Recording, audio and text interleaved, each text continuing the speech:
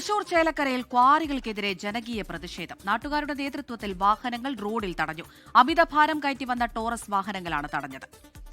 ശ്രീജിത്ത് ശ്രീകുമാരൻ തൃശൂരിൽ നിന്ന് വിവരങ്ങൾ നൽകാനായി ചേരുന്നുണ്ട്. ശ്രീജിത്ത്, വലിയ പ്രതിഷേധമാണ് നാട്ടുകാരുടെ ഭാഗത്തു നിന്നുണ്ടാകുന്നത്. ഒരു സമവായത്തിലേക്ക് കാര്യങ്ങൾ കടന്നോ?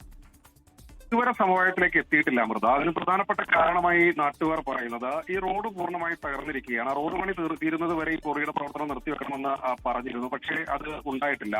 സമാനമായ രീതിയിൽ കഴിഞ്ഞ കുറച്ച് ദിവസങ്ങൾക്ക് മുൻപ് ക്വാറിയിൽ നിന്ന് കരിങ്കൽ ചീളുകൾ പൂർണ്ണമായി വീടുകളിലേക്ക് അടക്കം എത്തുന്ന ഒരു സാഹചര്യം ഉണ്ടായെന്ന് നാട്ടുകാർ ആരോപണം ഉയർത്തുന്നുണ്ട്. ആ ക്വാറി തന്നെ 3 ക്വാറികൾ ഉണ്ടായിരുന്നു. അതിൽ 2 ക്വാറികൾ ഇപ്പോൾ നിലവിൽ പഞ്ചായത്തിൽ സ്വന്തമോ അടക്കമുള്ള ഇത് നിലനിൽക്കുന്നതിനാൽ റോഡ് പണി തീരുന്നതുവരെ അവർ പ്രവർത്തനം നടത്തുന്നില്ല.